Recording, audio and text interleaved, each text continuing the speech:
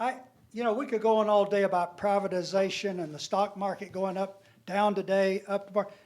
Over a 44-year history of the market, I challenge you to tell me it has not grown during that 44, I'm using 44, that's the life cycle of the average working man and woman starting at 21.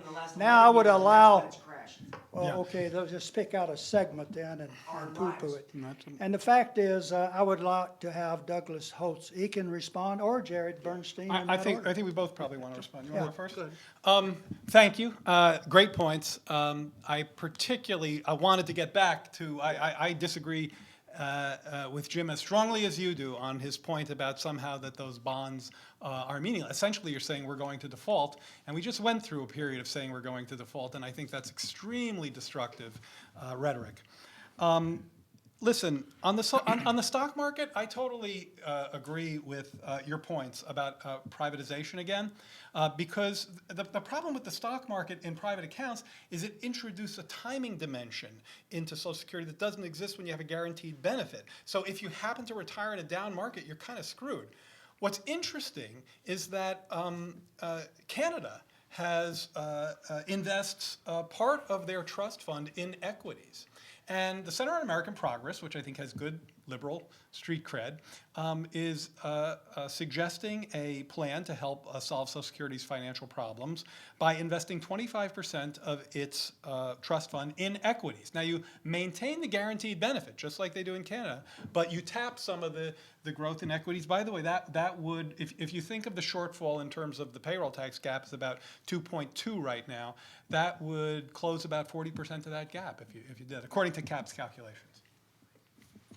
So, thank you. I mean, a couple of points. I mean, first and foremost, on the trust fund, there's a longstanding dispute about just how much they knew when they passed the 83 reforms, because shortly after they were passed, there were revisions to the forecast that showed that the surpluses and deficits weren't what they thought during the discussion in the Greenspan Commission. And I'll leave that to the historians. Let somebody else I'll leave answer. that to the historians Excuse me, to fight. And remains a dispute. And second thing is, in terms of a trust fund, I mean, the sad fact is, if you go take a bond out of the trust fund and walk to the Treasury and say, I want to redeem it, the Treasury is going to be able to redeem it in one of three ways. It's going to either give you another bond, that's not going to help you very much, or it's going to have to go borrow some money, or it's going to have to cut spending or raise taxes. So that's four. But, I mean, the bond in and of itself does not carry the value. It's the power of the Treasury and the power of the Congress to alter spending that ultimately. Scenario is a default. Just want to be clear. I never said that. I know you didn't. I didn't. You would not call it a bust fund. So, There's another so, panelist that- well, I do. I'll respond for myself.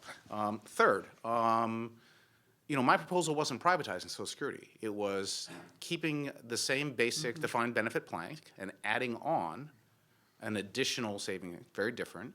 And we do know something about how these various accounts have performed. They don't have to be all equities. Remember that. You can hold treasuries if you want.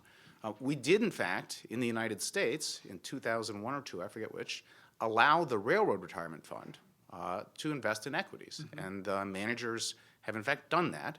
And if you compare the performance of the Railroad Retirement Fund from 2001 to now, which includes some fairly choppy financial years, let's leave it at that, it far exceeds investments in treasuries, even with what went on in 2009. I think it's a very interesting hybrid.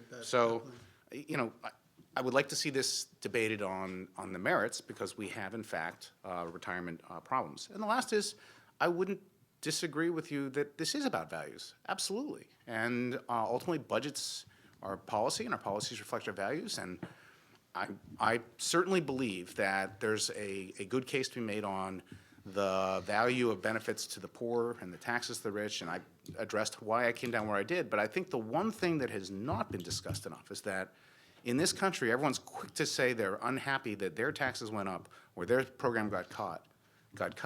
But if we don't do some of those things, we're going to ask our children to do one or both in the midst of a damaged economy. And that, to me, is fundamentally unfair, almost immoral. And so, let's not forget those constituents who are yet unborn and very important.